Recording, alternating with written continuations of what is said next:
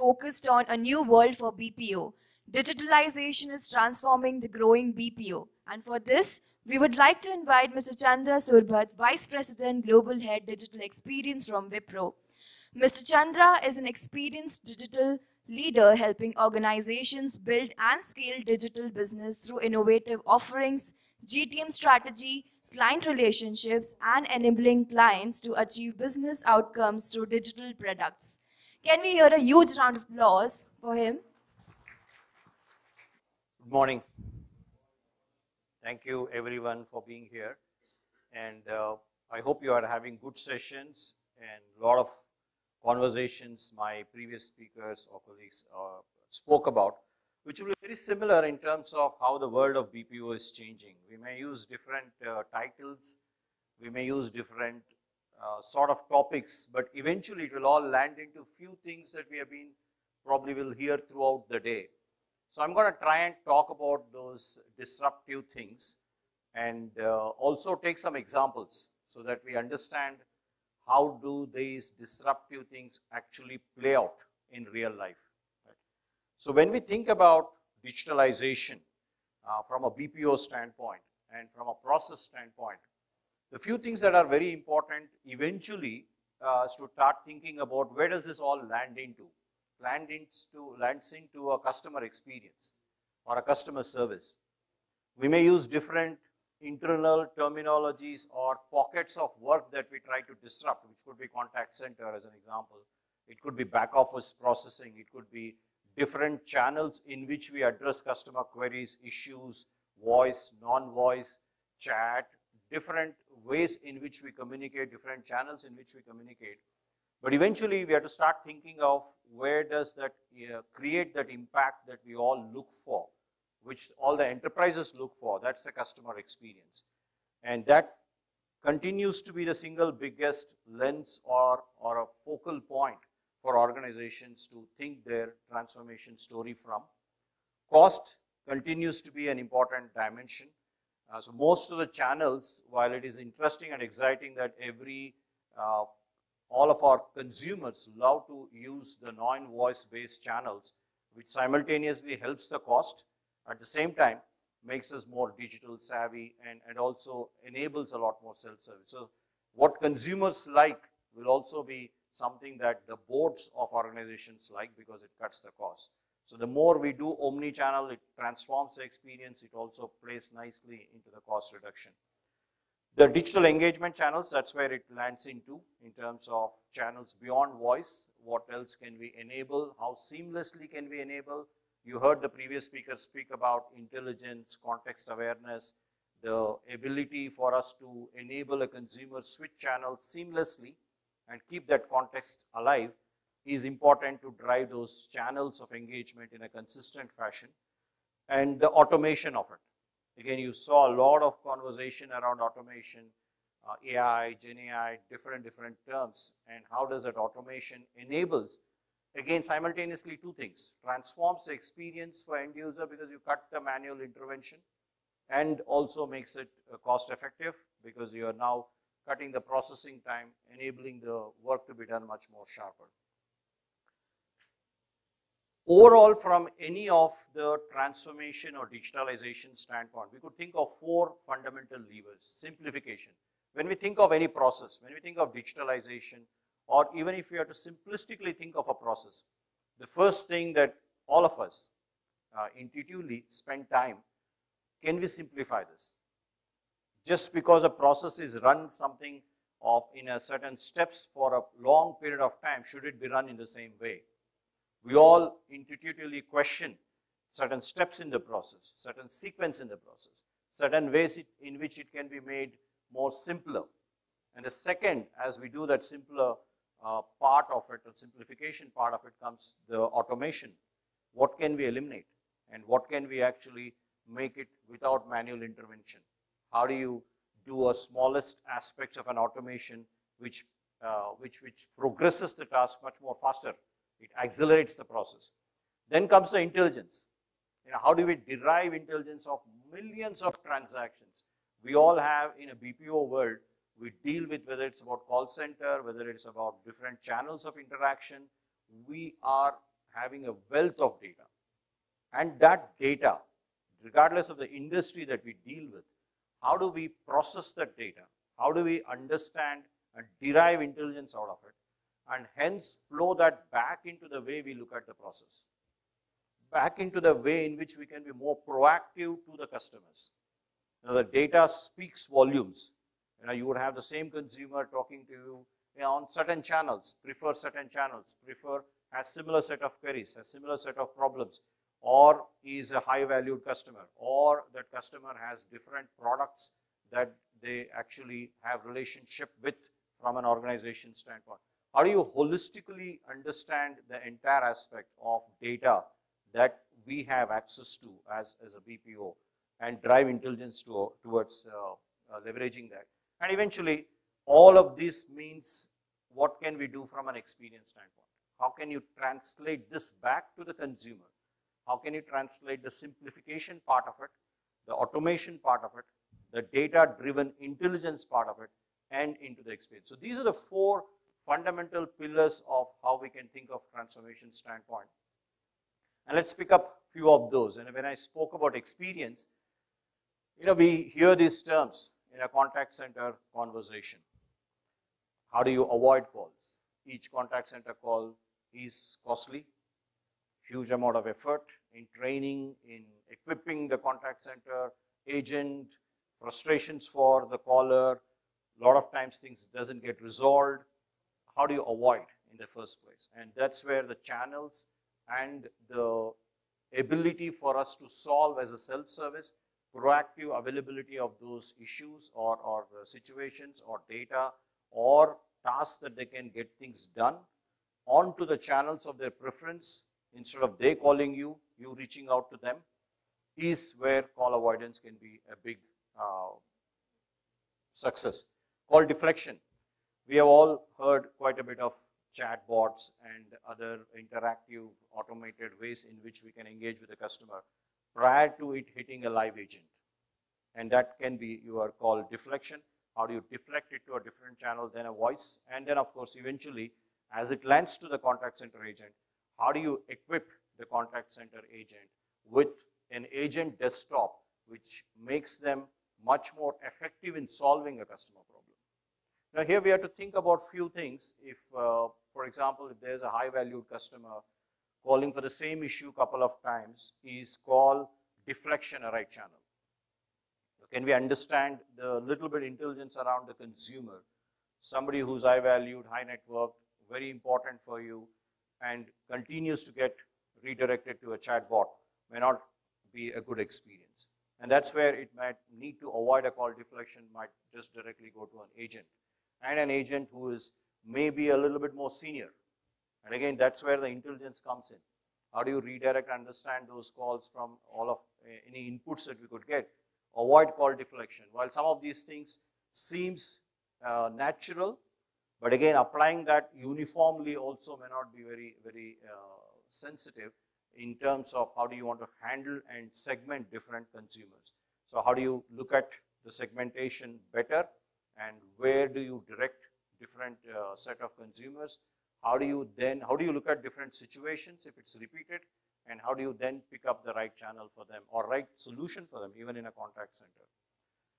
If you think about equipping the set of call assistants as an example, today most of the organizations are looking at contact center by different departments, by different products, by different businesses.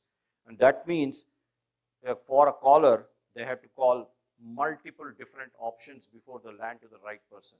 And when they land even to the right person, they may have a different issue. I may have to call for my home loan, but I may have a question on a credit card from the same bank. It means, again, the call goes through the full cycle onto a different person. The challenge is looking at from an organization inside out of different departments having their contact centers independently, or the agents being organized by departments, not by consumer.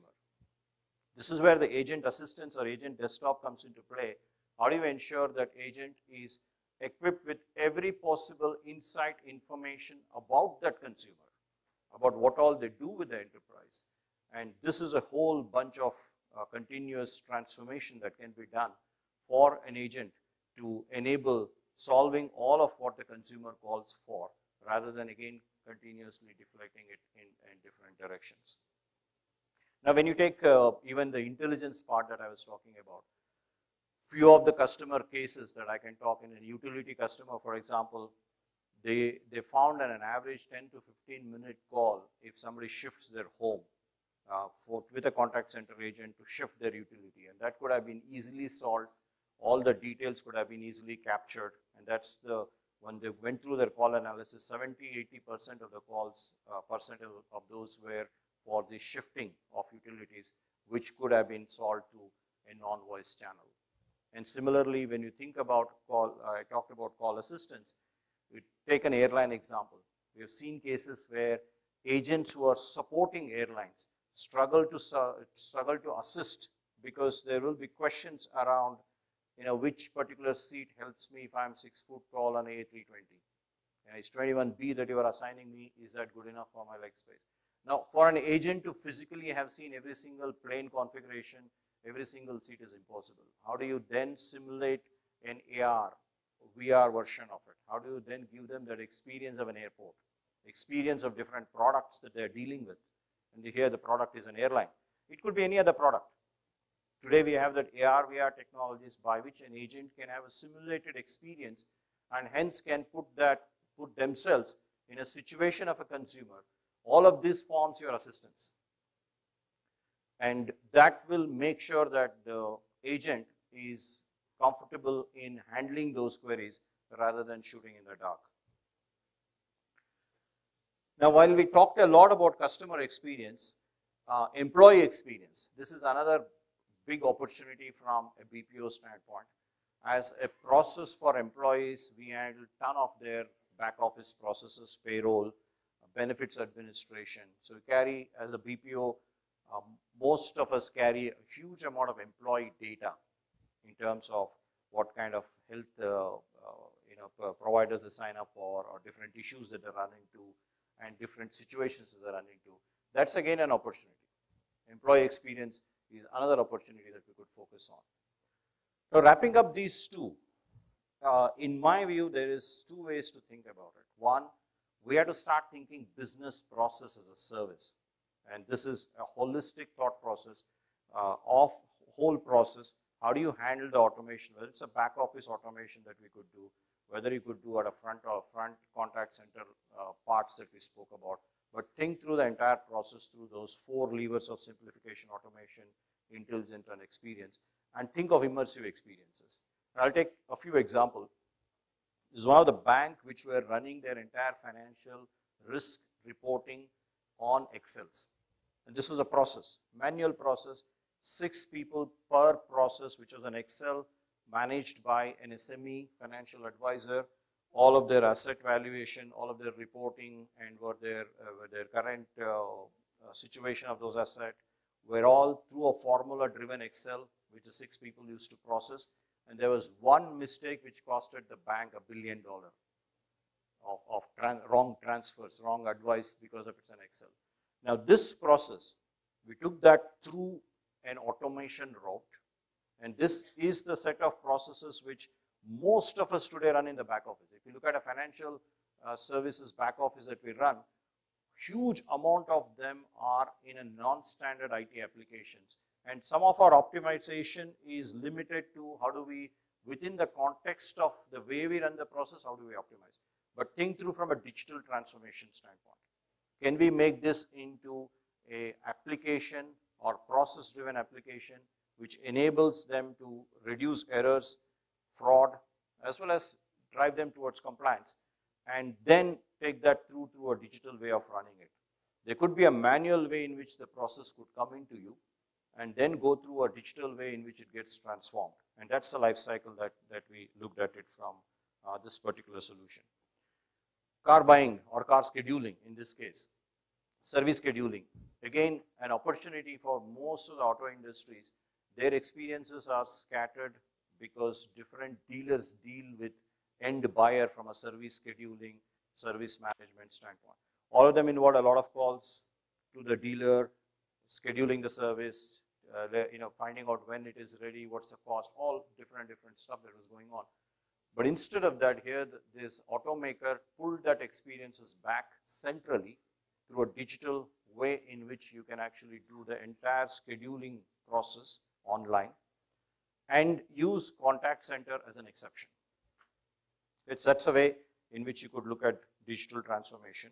The third one is clinical trial. There was 70 million odd documents in this particular healthcare pharma company were processing manually to extract information, data, and this is where the AI part of it, whether we call it the discriminative, the standard set of AIs that we know, which can infer, take information, classify, and extract any sort of information, feed it into any sort of systems based on the rules that we develop. That's what was employed in this case. It analyzed all the documents, inferred, extracted, classified, and pushed it to the regulatory teams, pushed it to the engineering teams, cut the entire manual way of doing it, and then use the set of BPO staff from an exception standpoint. So there's an example of a discriminative or standard AI we are used to. Similarly, now you think through the generative AI. That's the next step on how generative AI can also start supporting your contact centers very differently. Last example, we talked about immersive. There's an interesting conversation. Some of the Indian banks have gone into this AR, VR, metaverse-driven immersive branch. The possibilities are endless. Most of the banks went through a process in which the downtime of their different branches, employees in the branches were used to support the contact center. The calls. They were the sales people, they were servicing the calls. Now think of contact center employees in a bank. They can turn themselves into a branch through an immersive environment. Instead of answering a particular call through a voice-based, you could turn it into an immersive experience if the end customer is ready and if the agent is equipped. And these are all web-based immersive experiences, not different devices. So you're now turning a contact center agent into a branch. And the possibilities are endless. The two of those avatars can literally be interacting, looking at different screens, looking at their different situations of a financial conversation that they're having, and the process of servicing as well as any sale process that you could do is much more intuitive. So you collapse the distinction between a branch and a contact center. Each one can turn into each other in a seamless way. So that's pretty much what I had. So essentially, all of these different areas that we could think of, AI, Gen AI, or the way to transform the contact center, or to think from a business process as a service.